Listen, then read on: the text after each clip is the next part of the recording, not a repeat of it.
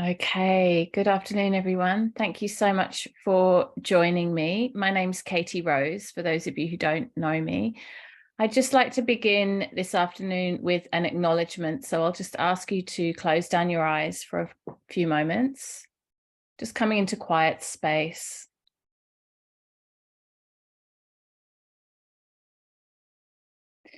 Taking a moment to acknowledge the traditional custodians of the land on which we're sitting, the First Nations people. For me, that's the Gadigal people of the Eora Nation. And particularly to remember the birthing wisdom that those First Nations people hold, going back through thousands of years where childbirth was part of family life and seen as a very normal event. So much wisdom within our First Nations communities. Also taking a moment to acknowledge my own teachers and your teachers, the lineage that comes before us.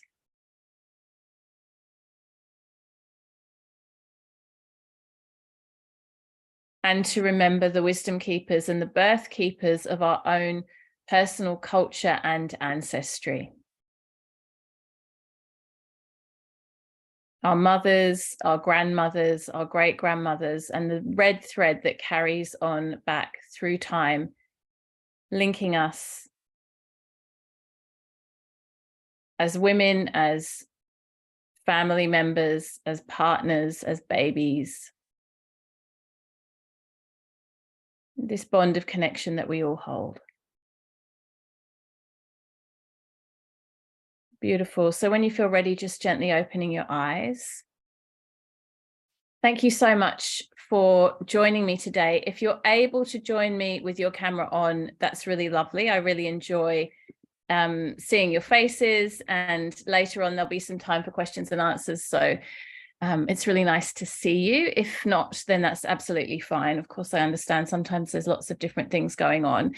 I'm going to jump right in because I've got a lot of things that I want to cover with you today. One of the first things I'll say is that in preparation for today's webinar, I've been going through some of my notes and listening to some recordings of conversations I've had with teachers of mine. And there was a particular conversation that I had at the beginning of this year with Jane Hardwick Collins, who some of you will know well. She's an elder in our community. She is the head of the School of Shamanic Womancraft. And she's been a midwife for over 30 years. She's an incredibly wise woman who has literally supported the birth of thousands of babies. And her and I had a conversation about birthing and pregnancy and labor and all kinds of things around that, particularly also my own personal birthing experience of my last birth, which was my fifth child. And there were so many things in that conversation that I wanted to bring into this conversation that I'm actually going to just share that interview with you guys. So after we finish talking today, and for those of you listening to the replay, I'll send out the recording of this session, but I'll also include a link in there of a recording of the session that I had with Jane. And if you haven't heard that before, if you were in Bhakti Women's Summit, you might have heard that before, but if you haven't, then yeah, I'll be very much inviting you to listen to that, because there's a lot more in there that I'm just not going to have time to cover today. And I thought rather than try and rush over it, I'll just share the whole interview with you. So that's going to come your way in a subsequent email along with the recording for today. So empowered birthing. I mean, the first thing I want to say, and I think I hope I covered this well in the invitation to join the webinar, and also in the sort of social media posts and things running up to this. But the very first thing I want to say is that a beautiful birth doesn't necessarily mean any particular type of birth, right? So you can actually have a home birth or a natural birth, or a birth that goes according to your plan that doesn't leave you feeling particularly positive or empowered. And you can also have a birth that is very different to what you planned, has lots of unexpected outcomes, happens in a hospital, ends with a cesarean, and actually leaves you feeling quite empowered and quite okay, and quite grateful for the beauty that was in that experience. So if there's one thing I've learned about birthing, and if there's one thing that you get out of this webinar that I really want to share with you, it's that it's not about the outcome. It's not about how things happen or what the story of the birth is, like the narrative. It's really all about how the woman who gave birth and her support team feel about the way that the birth unfolded. It really has to do with what you take from it in terms of the energetic imprint that it's had within you. And also, and it's not just the mind, it's not just what you think about what happened, it's what you feel, what your embodied experience of that is, what your body remembers, what your energy body remembers, and what your feelings and emotions have to say about the whole experience. So as I said, it really isn't about the narrative of like, well, this happened and then that happened and then I, ended up in hospital and then this happened, I didn't expect that, and I had an epidural, and all those like parts of the narrative of the birth. What really matters is the feeling tone, and particularly the sense of empowerment, so that when a woman comes out of her birthing experience, she feels that she was in the driving seat, that she was making empowered and informed decisions. And all the way through the process, she had information and education that supported her in being able to make decisions that felt, feeling body, emotionally, but also intellectually made sense to her, right? And that there wasn't a feeling of being railroaded or manipulated or disempowered. And that could go either way. It could be, and I've seen this, that a woman who actually would rather have a cesarean and feels very nervous about being in a natural birthing environment or being in a birth center, and would rather be in a more medicalized situation, is pressured from external parties to have a natural birth and feels very disempowered and feels very like she isn't in the driving seat of her own experience. And then of course, flip side could be someone who's really wanting to have a natural birth or wanting to have home birth, birthing center birth, is unable to because of medical reasons and ends up having a medicalized birth, and is also disappointed. So it can go either way. And I'm just making that super clear because I don't want in any way the idea of a beautiful birth to mean any particular type of birth, because it really doesn't. So that's the very first thing. And second thing I want to share with you is something around power and empowerment. So I've already used this word empowered a couple of times. And for me, that's a very critical word in the world of birthing. Feeling that you are in the center of your power as a woman giving birth. And that means around decision making, but also physically, that you feel in your body. Because when the feeling of disassociation starts to arise, when there's a feeling of like separation from self and body, that's when birth commonly becomes derailed and women start to experience distress, anxiety, and fear that will then take them out of that place of empowerment. So what happens when we hand over our power? What's the process that happens around that? I think a lot of it does begin with institutionalized thinking. It begins with this idea that there are other people who are more expert that are going to guide us and tell us what we need to do. And a certain power imbalance is then created. We give medical institutions a huge amount of power. I was reading in one of the birthing books I was looking at recently, one of the authors said something along the lines of, the minute we see someone put on a white coat, they automatically kind of go through the roof in terms of the amount of power that we give to them. Anyone who's a doctor, gynecologist, obstetrician, we tend to actually move into the archetype of the child in those types of interactions. And very commonly, instead of seeing our place as one of equality and equanimity and being in a capacity of being able to ask questions, to be curious, to be in dialogue, to be in an equally even-footed conversation, it becomes one person holds the power, one person knows what's best, and then the other person, the patient is in a disempowered position where they're being told what is best for them and being told what to do.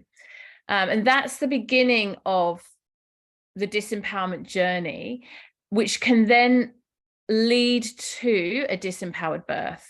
And I want to give you an example of that was really striking for me recently.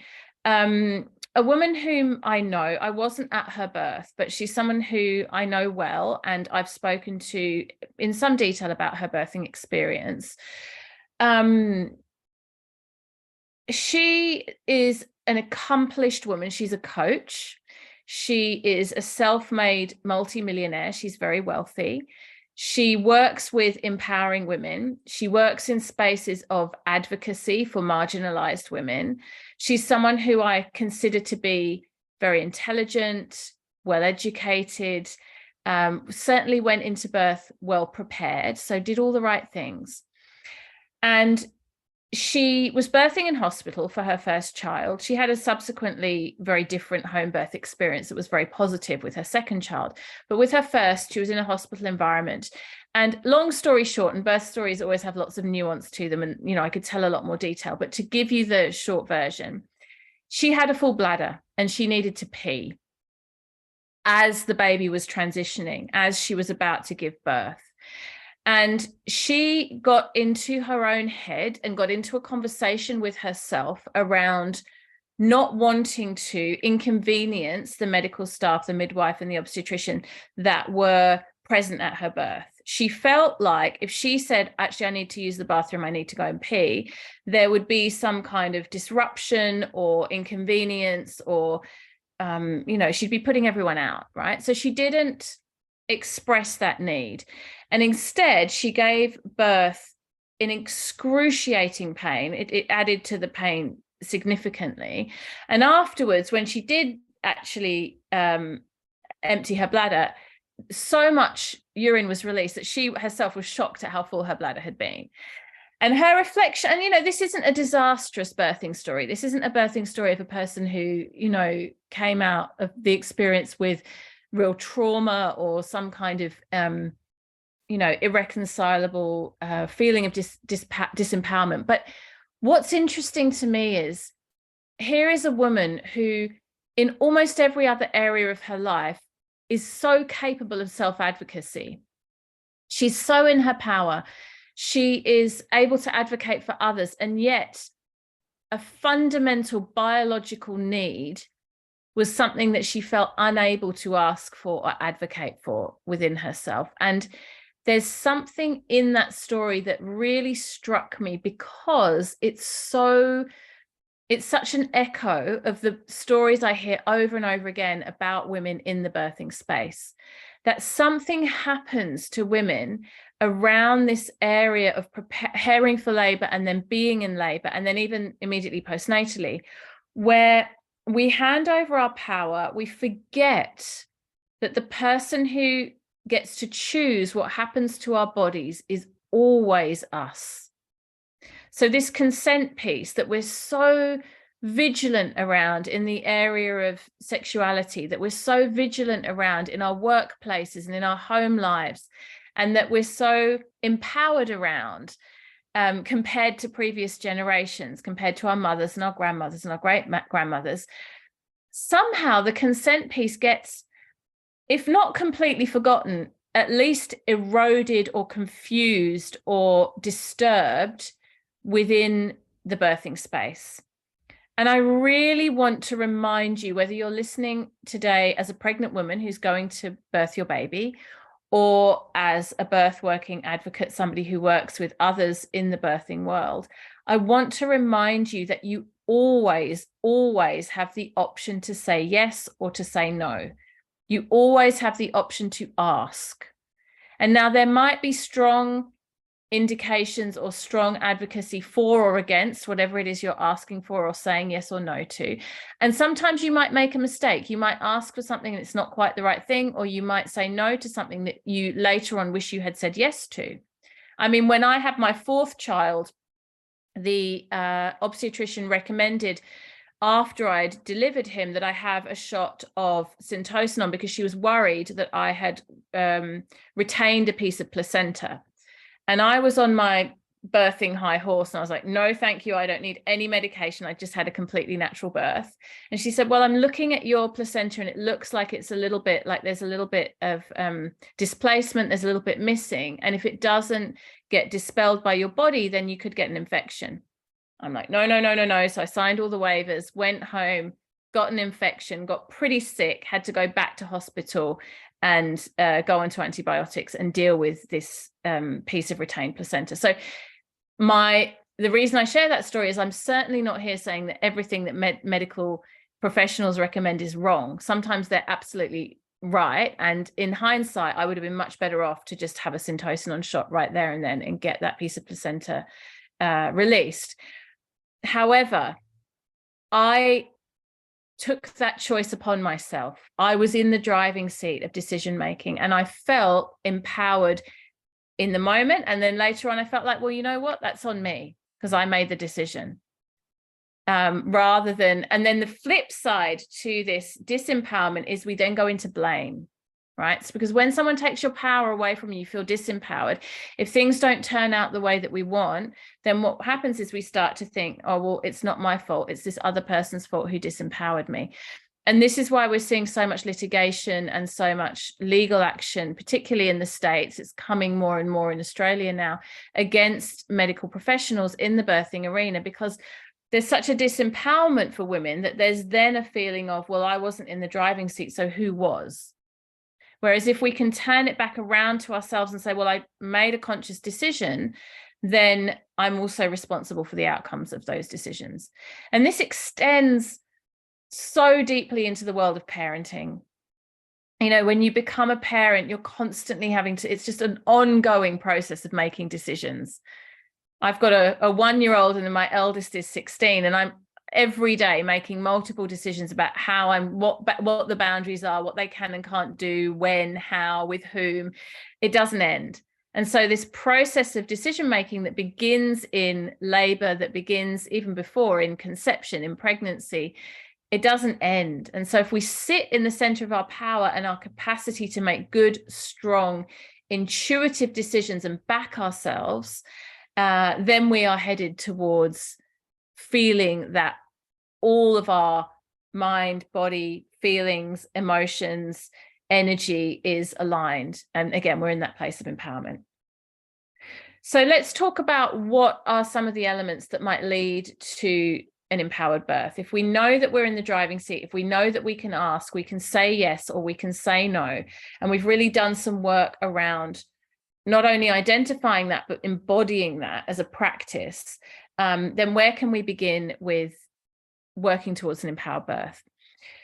Jane Hardwicke Collins, and as I mentioned at the beginning, I'm going to be sharing with you a whole interview that I do with her. She talks a lot about going back to our own experiences of menstruation and emerging sense of ourselves as women who have the capacity to reproduce. So this begins with puberty and it begins with menstruation. So she makes a strong link between the experience of your first period, the experience of yourself as a fertile human who is able to reproduce, and how that will then translate into your birthing experience and your experience of labor.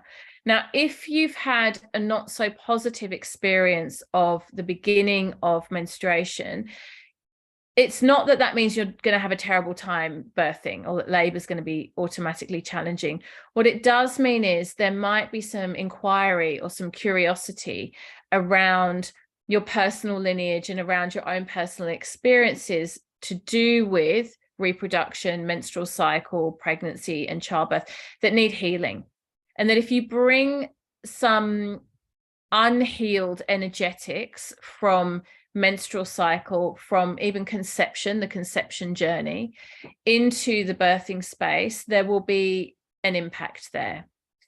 And she does a beautiful practice around journaling that and how we can really work towards having an empowered birthing experience through really tracing back through our own reproductive journey, but also through our family line, through our mother, grandmother, etc., and doing some work of ancestral healing and some work of personal healing, so that we come into the birthing space feeling empowered, feeling ready, feeling in the center of our bodies. And I'm not going to talk in much more detail about that now, because, as I said, you can listen to the interview that I'm going to share with all of you. So you'll get more on that within that interview. In the ancient yogic scriptures, and those of you who know me well know that I'm a yogi, I'm a teacher of Ayurveda and of yoga, but I have a deep interest in yogic philosophy, and it informs a lot of my teachings. In fact, the book that I wrote around pregnancy and childbirth is called The Yoga of Birth.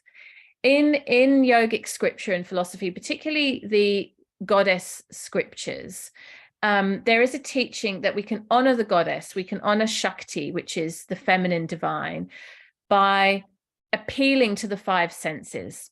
And the way that we do this in yogic philosophy is through what's sometimes called puja, or ceremony.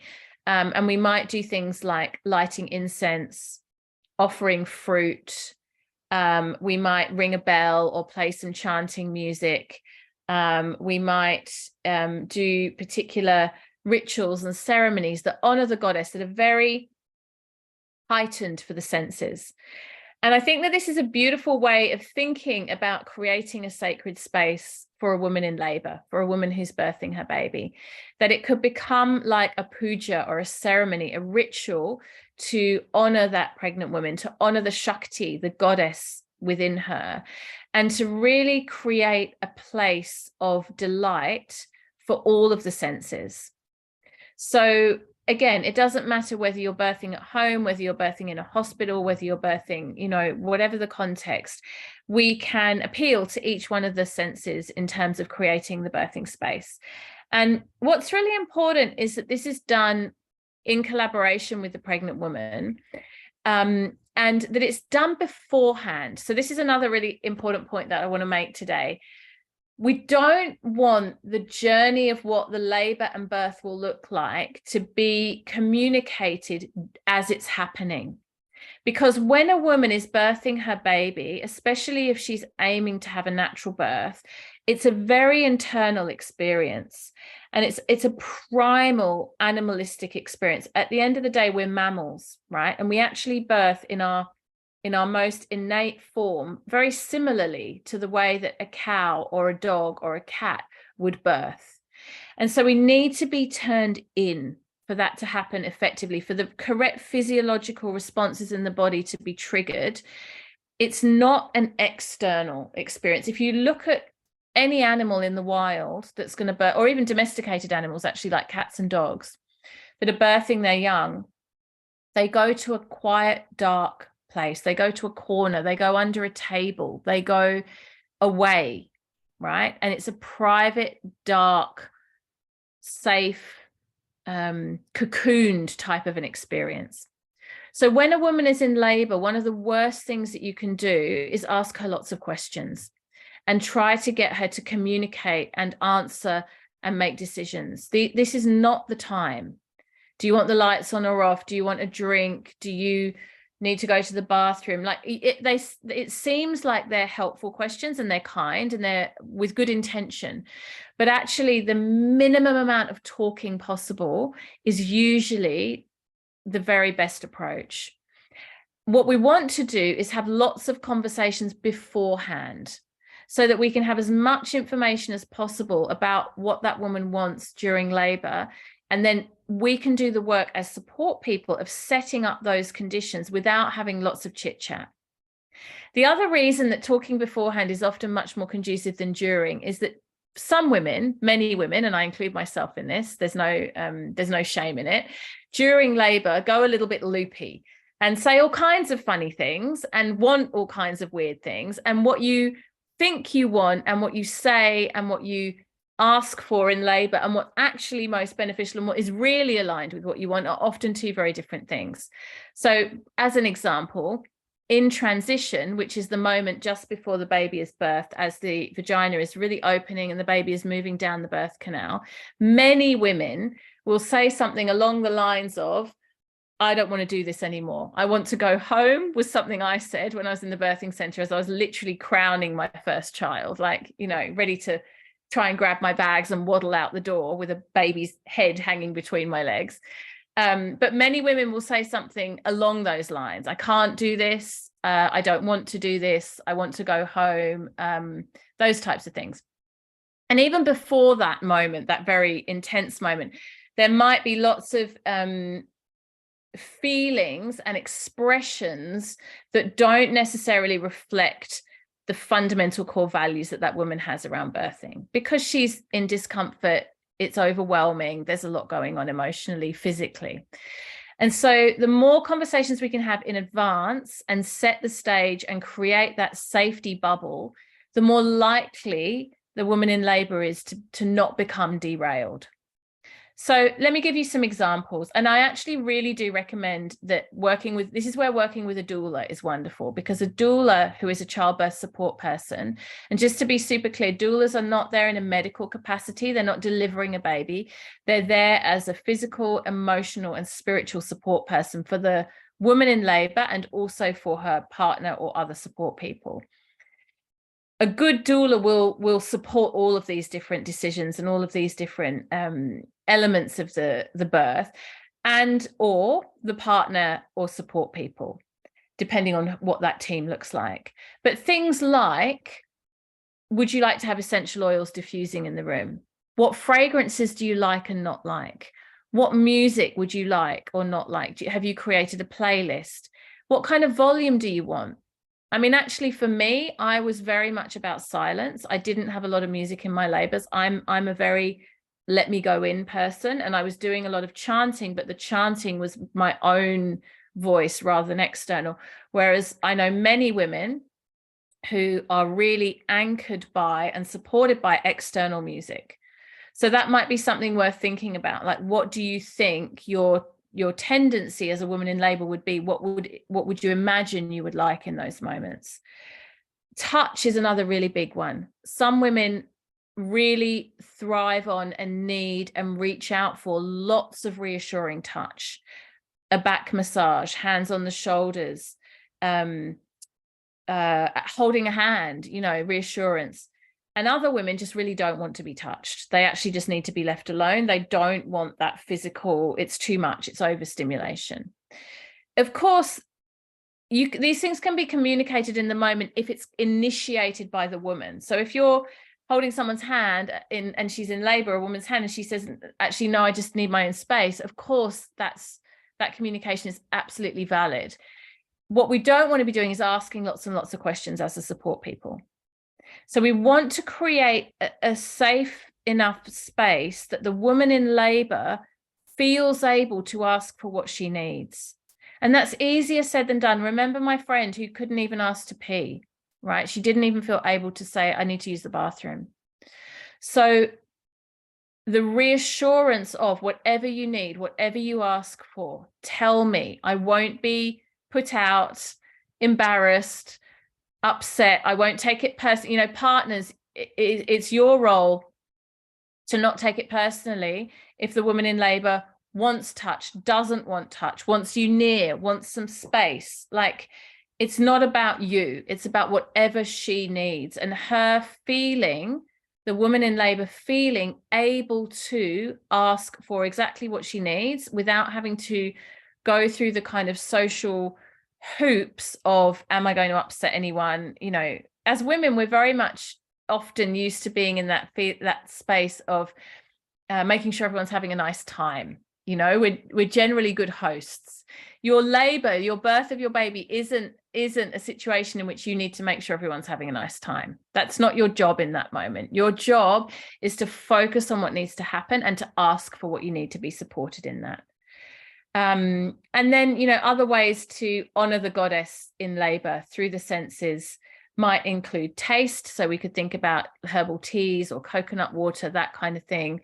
And then in terms of sight, lighting, and generally speaking, all the research points to the idea that low lighting is really conducive to a positive labor experience. Bright lights and giving birth, generally speaking, do not go together.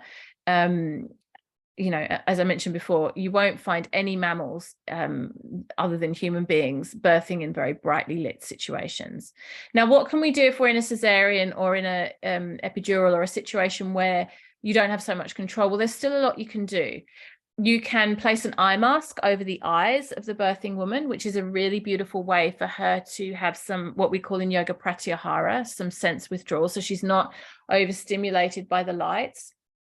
A very, very potent tip, a powerful tip for a woman in a cesarean situation is earbuds and some music playing. So some chant music or whatever, her favorite, whatever it is that she wants to birth her baby to. Affirmations, doesn't matter.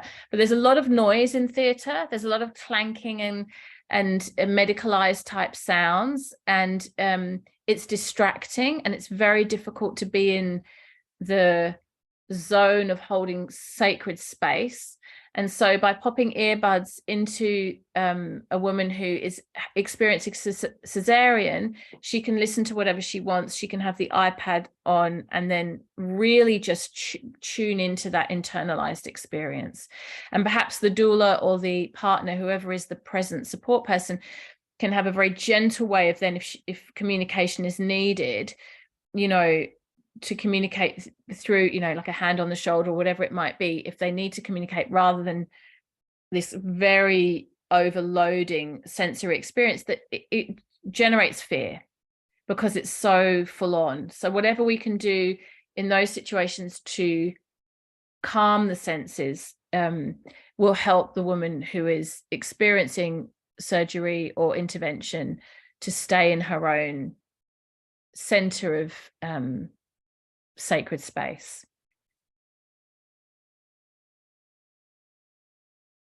The last thing I really want to share before I open up to questions, and I can see that there's quite a few comments in the chat, which I'll also respond to as well, is that the energy that's required for a beautiful birth. And when I say the words beautiful birth, I thought a lot about the title of this webinar and what it was I wanted to share with you. And beautiful has a kind of slightly passive tonality to it, like it can seem a little bit, yeah, just like a receptive or a placid energy. And I really want to share with you that I believe the energy required for birthing and for parenting, for motherhood in this time, is the energy of the warrior goddess. So this self-advocacy requires some fire. It's not a passive or receptive state. One of my teachers, Guru Mukh, one of my pregnancy yoga teachers, describes being in labor and giving birth as stepping through a ring of fire. And physically, it can really feel like that as the baby moves down the birth canal. But energetically, the experience of birthing is also an experience of stepping through the ring of fire. So what's required is the energy of the warrior goddess, the woman in her full expression of power. And that doesn't mean a very masculine or aggressive or overly assertive energy. It just means someone who is really in command of themselves and who they are. And one invitation I would make for a woman in labor or preparing for labor is to really think about what the images of the archetypes of that energy are for you. So is there a particular person that you know, teacher, a particular icon, a particular archetype that you can hold in mind? You know, it might be the image of Mother Mary, or the image of Lakshmi, or it might be the image of your grandmother, that you really can hold in heart and in mind as you're laboring, that will anchor you in that energy of the warrior goddess. And having that archetype in mind, like if your grandmother was a very strong and stoic woman, for example, being able to channel her energy is very potent. It's very powerful.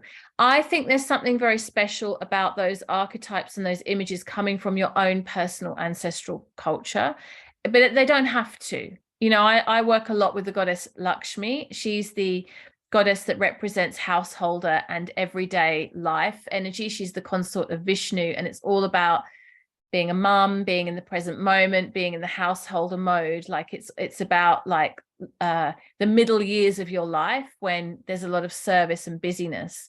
And I don't have a background within Hindu mythology, but that particular archetype is very resonant for me. So it doesn't have to be within your own lineage, but it is lovely if it can be. And if there is a particular woman within your family line or just within your ancestral line, you know, for example, if you're a Catholic, it might be Mother Mary, that you can really anchor into that energy of the warrior goddess. It's very helpful, because when you do find, if you do find yourself in labor feeling second guessing yourself, feeling out of your comfort zone, losing that sense of being in your center, that archetype can be really helpful. And it might be helpful to have an image that you, like a photo or a picture that you bring into the birthing space with you. You can even create a birthing vision board that might contain a few different images that could be supportive and helpful in that space. Okay, I'm going to jump over to the chat and just see what's happening here and see if there's any questions. Okay, yeah. So Megan's saying that her sister had an emergency cesarean on Tuesday. She was there when the midwife informed her sister that it looked unlikely that she'd be able to get the baby out because he was in distress. And so she'd been considering home birth, but now she feels like she would want to be in hospital and be close to doctors and NICU, seeing both sides. And, you know, I couldn't agree more. And one of the things I haven't said this afternoon, but those of you who've worked with me in this space for any time at all know that this is my position. I am pro natural birth, I am pro home birth, and I'm also pro medical intervention where necessary. It's just, I do feel that very commonly medical intervention is given when it's not necessary. So statistically, what we do know is that according to the World Health Organization, all other factors being equal, 70 to 75% of women should be able to birth naturally without any intervention, right? So, you know, our bodies are designed for this. This is what we're made to do. It's not, we're not broken. We don't need fixing. Pregnancy and labor aren't health issues. They're not diseases. So 70 to 75% of women should be able to birth their babies without needing medical intervention. And that should be the foundation from which we come at labor and birthing, right? That should be the perspective paradigm that we start with. And then the remaining 25, 30% will need some kind of assistance, pain relief, perhaps the baby's in a funny position, might need forceps, might need cesarean, might need epidural, something, right? So that's the weighting that is considered by the World Health Organization to be best practice. And in that 25 to 30% that needs medical intervention, that's life-saving. If we go back 100 years or 150 years, or we even go to some parts of the world that exist today where access to medical support isn't available, we'll see a much higher rate of babies and mothers either suffering sustained injury or passing away, loss of life in labor and pregnancy, in labor and childbirth. So there's a very real, you know, need for medical intervention in certain situations. The trouble is we've got the statistics flipped around the other way, where at the moment in Australia, over 90% of women experience medical intervention in labor. Over 90% experience medical intervention. So what that means is the system is telling us that 90% of women are not capable of birthing their babies. Now, I don't believe the human body is that at fault. You know, I don't believe it's that we've come that far from where we're meant to be. So the question I'm always asking is, what does necessary really mean? And in some cases, it really is an emergency and it really is a necessary intervention. In other cases, it isn't. What I would say about the cesarean section, emergency cesarean and being in hospital, is usually with a home birth, the home birth midwife will have established, and home birth midwives are extremely skilled. She will have established that there is a problem way before it gets to a medical emergency stage. So she might figure out the baby's in a funny position, you know, baby's presenting shoulder first, for example, or there's some other heart rate issue, meconium, whatever it might be. And usually a transfer to hospital will happen in time. If you look at the statistics, it's extremely, extremely rare for a home birth that's attended by a midwife to end in any unexpected outcome other than transfer to hospital. So midwives are sensible and cautious, and they make good decisions around transfer. So that I would say that, Megan, that probably if your sister had started with a home birth, she probably would have ended up transferring. And that's, you know, an unexpected outcome, but it's in this case where an emergency C-section was needed, it's a necessary outcome. What I would speak with hesitancy around is free birth. So free birth is where women are choosing to birth at home without the support of a midwife. And the outcomes are less good in those situations, because if a medical emergency happens in a free birth situation, most women in labor and their support people are not skilled enough to know. And that's where things can really start to unravel. So my suggestion would be to make a very clear distinction between free birth and a supported home birth. Tara's saying that she's had the injection for her placenta every time because of low platelets and wanting to reduce risk of hemorrhage. Yep. And then otherwise completely intervention-free births. So yeah, it's important to consider that sometimes making an empowered choice about a particular intervention, given individual circumstances, is absolutely the most empowering thing to do. I could not agree more. And this is the other thing, I think, actually, I think this is a really important point that Tara's making. We don't have to have all or nothing births, right? It's not like either a completely natural birth or a very medicalized birth that was the opposite of, you know, what you wanted. There's plenty of middle ground, you know, and you can make decisions and choices all the way along. So it's not all or nothing. There's lots of shades of gray, and there's lots of opportunity to be making decisions as you go. And one of the best things you can do in labor, if you're not sure, is ask, can I have more time? So if the obstetrician or the midwife wants X or Y or says, oh, I recommend this, you can say, okay, I'm happy to consider that. Can we just have a bit more time to think about it? And if you really can't have more time, like if it really is a proper emergency, they'll tell you no, there is no more time. There's emergencies, and then there's real emergencies. And when it really is a real emergency, there's no chit chat, there's no conversation. It's just life-saving situation. But that's rare. It's very rare.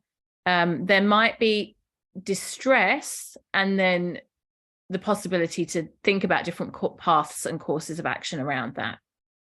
Tara's also saying, I remember apologizing constantly through my first birth, even though it was actually quite a calm birth. I was still worried about inconveniencing anyone. This is so deeply ingrained in our culture. It's so, yeah, I mean, I told the story about my friend with her full bladder. Like it sounds trivial and almost humorous, but it's a reality. It's a reality for many women in labor, and not just the inconveniencing, but also the embarrassment. Will I poop? Will I make silly noises? You know, I don't want my partner to see me that way. I think one of the most powerful things that we can do in preparation for birth is to really work on letting go of worrying about what other people are thinking. And, you know, for women, often that's not very easy. That can be a really challenging part of being in labor. Yeah, I had a very unnecessary induction to suit my obstetrician. Never again will I hand over my power like that, especially to a male doctor. Yeah, I've seen it so many times. I've also seen, and I'll just say this for the sake of being very balanced, I have been in a position where I've been a doula supporting a woman in childbirth, and things have been going really well. And I've seen a older white male obstetrician walk in towards the end to you know, deliver the baby, which often happens quite late in the piece, and they kind of get all the glory. And I've done an internal eye roll and gone, oh, here we go, you know. And I've seen the most brilliant obstetricians in those contexts do the most brilliant work and actually be incredibly skilled at their jobs and very sensitive and very compassionate and very handing back of the power to the woman in labor. So, you know, the stereotypes happen in all kinds of different ways. And I think it's also really important that we don't just stereotype because someone is older, male, white, whatever it might be, that they're automatically going to be someone who's in that sort of archetype of the disempowering, power hungry, you know, yeah, the stereotypes are not always true in both directions. Emma's asking about books. I'll come back to that one in a moment. Juliet free birthed her firstborn 6 weeks ago, no scans, and he came out 10 pounds. That's a big baby. I would have been told I needed a C-section. Yeah, and only a 7-hour labor. It's a beautiful, beautiful story. And you're right, he's a big baby. If you'd been in the mainstream medical system, that would have been a very medicalized birth and it would have looked very different. So I don't, you know, it's interesting, Juliet. My personal experience at the moment is I've got very mixed feelings about free birthing. I was very openly against it because I've heard a lot of negative stories about negative outcomes, and the statistics aren't the best. However, the statistics in our hospitals aren't the best either. And a lot of the outcomes in very highly medicalized situations aren't great. So yeah, we can look at this from many different facets, but that's a beautiful story and I'm really happy to hear it. Yeah. Tara's saying, you know, although being pregnant and labor are not diseases, there can be a bit of a stigma for people who have conditions associated with them. And I agree with that. It's, you know, it's, again, it's up to each one of us individually to decide where we feel we fit in that spectrum. The person making the decisions about your body and your health and how you feel about it is you. And then all of your support people, your partner, your doula, your obstetrician, your midwife, your therapist, your homeopath, your whatever it is, are there to support that positioning that you've created for yourself. Erica's saying she's having a planned C-section, so she's planning a beautiful burial ceremony of the placenta at her partner's homeland. That's so gorgeous, Erica. And just keep in mind the things that I said about how you can have that C-section be a really beautiful and empowering experience. I've had the absolute privilege of being a doula for a couple of women having cesareans and being in surgery with them while it was happening. And it's been a beautiful and sacred experience. So it's very possible. It's really important to chat with the obstetrician and the supporting nurses and midwives beforehand and tell them what you want. And then, yeah, the eye mask, the earbuds.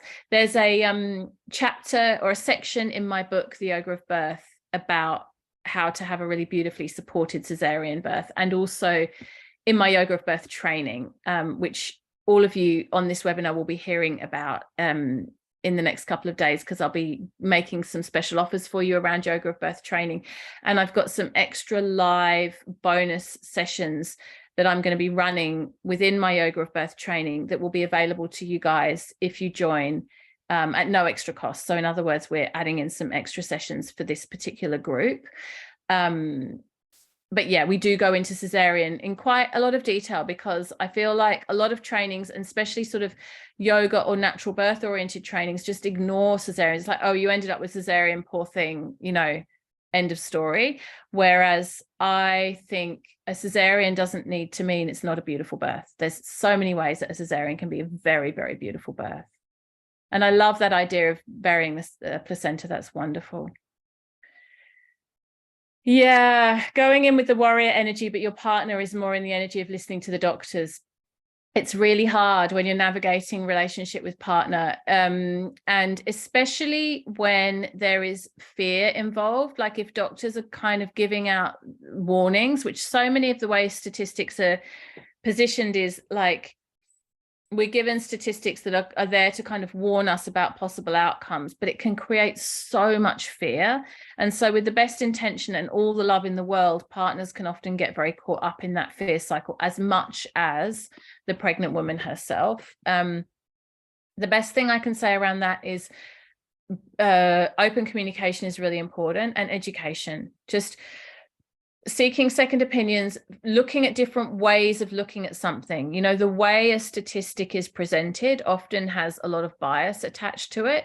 So research around the way that statistics are communicated and information is communicated, and not only listening to one person, especially if there's some intuition in you as a woman in labor that says, this doesn't feel right, this doesn't sound right. Always, always seeking a second opinion. Standards of care are wildly different across hospitals. Yes. Yeah. And funnily enough, and I'll just say this before I open up to questions, in my opinion, birth and labor is not one of the situations where the more you pay, the better you get in terms of healthcare. I really have not had that experience or witnessed that experience. Very commonly when people find out that they're pregnant, they sort of have this idea of like, okay, I want to have the best experience possible. And we equate the best experience possible with, I'll hire the best, I'll pay the most. In my experience, the best possible healthcare that you can have in pregnancy and in labor is from midwives, and midwives are paid significantly less than obstetricians. There's a beautiful documentary that I recommend. It was created by Ricki Lake. It's quite old now. It's quite a few years old, but it's still very, very relevant. And it's called The Business of Being Born. The Business of Being Born. And in that documentary, there's a brilliant obstetrician who talks about his job and says, I am skilled in emergency births where things are going wrong.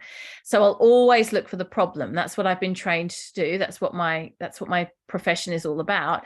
If you're having a healthy natural birth where interventions aren't required, I'm going to be looking for problems. That's what I do. And so you're actually better off not having me in the room. And he literally states that. He's like, midwives are so much better served to helping you birth your baby if you're not in a highly medicalized situation, if you don't need medical intervention. And I couldn't agree with that more. When they're needed, obstetricians save lives. And when they're not needed, they look for problems that often don't really exist or need addressing. And if you pay an obstetrician thousands and thousands of dollars to be at your birth, it's not necessarily going to lead you towards the outcome that you're looking for. All right. Yes. Tara's echoing that. She said that she spent $3,600 in midwives and had a great birth, and then spent $20,000 in the States and had a really disappointing experience. That's pretty much echoes what I've just said, which isn't to say that obstetricians aren't amazing if they're needed, but pay more, have a better experience is not the equation in the birthing world, in my experience, and my, you know, not just my personal experience, but what I've witnessed as a childbirth educator and a doula. I'd love to get any questions if anybody has any questions. And I'm just going to randomly roll my cursor across the list of names to Jessica to give out the books, because I said those who came live would get sent a book bundle. So Jessica Carter, I am going to send you a hard copy of Yoga of Birth, and I'm also going to send you a hard copy of this fantastic book, which has only just recently come out. It was co-authored by my friend Jody. Lots of really juicy information in there. I highly recommend this book. It's the Complete Australian Guide to Pregnancy and Birth. It's an excellent resource. Jessica, please, you're so welcome. Please, I'll pop my email in the chat now. Please email me your address and I will post those off to you. Any questions? Anyone? Feel free to unmute yourself and ask, or just pop a question in the chat. Or comments, anything you want to add, but I'm very happy to answer your questions.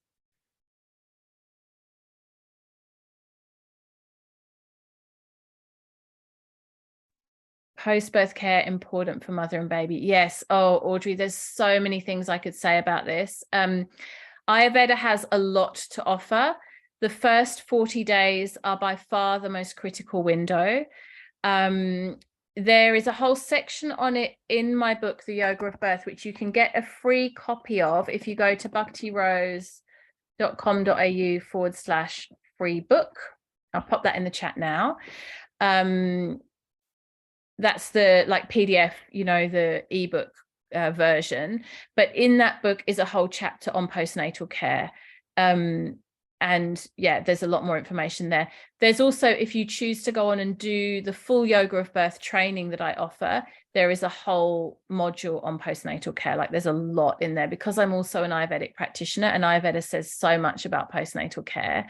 There's a lot of good information around that. I did a 2-hour webinar recently with Yoga Australia just on postnatal care and recovery according to Ayurveda. And there's so many beautiful, gentle protocols that we can do, from teas to oils to massage to wrapping the belly. There's a lot of that in Yoga of Birth training, but there's also a good chunk of it for free in the Yoga of Birth book. Any other questions? Can I ask you a question, please, Katie? Please, go ahead. It's Jason from Adelaide here. I've literally just started your Yoga of Birth course, and you mentioned about some bonuses from today. Will I get those, or do I have I missed out on that now? No, you will definitely get those. I always give any bonuses I give out in retrospectively, they go to the whole cohort. So yes. Beautiful. One of the bonuses that we're going to be putting on for this particular group is around blessing ways and running an alternative to a baby shower. So ways that you can practice ritual and ceremony to support women who are about to have a baby, pregnant women. And that's actually not being run by me. It's being run by a woman called Anna Flavia, who some of you will know, who is just the most beautiful facilitator of sacred spaces. So that's one of the bonuses, but there's a couple of other things I'm throwing in as well. And that always goes to past graduates or past people who've enrolled in the course. So yeah, Beautiful. You'll get those. Thanks for that. You're very welcome. Chelsea's saying Yoga of Birth is such an incredible training. Thank you. That's really kind of you to say. Any other questions? Beautiful. All right, well, I'm so happy to have spent this time with you. As you can probably tell, this is an area I'm so incredibly passionate about. I always want to make myself available. So if after you've watched this, you have more questions or you would like more support or resources, feel free to reach out to me. I'm absolutely happy to answer your emails and to guide you in the right direction. If I can't help you, then I definitely can recommend people who can. I don't practice as a doula anymore. I'm just going to say that now because I get asked all the time, and I just, at the moment, I probably will go back to it at some point because I love watching babies being born. It's such a beautiful thing. But I have a young child myself at the moment, so being on call is really hard. But I do recommend the Australian Doula College. They have amazing resources and they'll match you with an incredible doula. So definitely contact them if you want a doula. And I highly recommend getting a doula, even if you think you know what you're doing. In fact, one of the regrets I have around my birth with Leela, my most recent child, is that I didn't hire a doula because I was complacent and I thought I was all over it. And then I ended up not really having the birth I wanted with her. And I talked to Jane about that in the interview that I'm going to share with you. So you'll get a little bit more of an insight around that. But I can't advocate strongly enough for how amazing doulas are. Not just during the labour itself, but also in the postnatal support as well. Thank you so much, everyone. Thank you for joining me today. Keep in touch. You'll hear from me very shortly. The recording for today's session will go out to you along with the interview with Jane, and more details about Yoga of Birth training if you're not in it already, as well as details about the bonuses that are going to be coming up for everyone. Have a beautiful evening. Namaste, Hari Bol.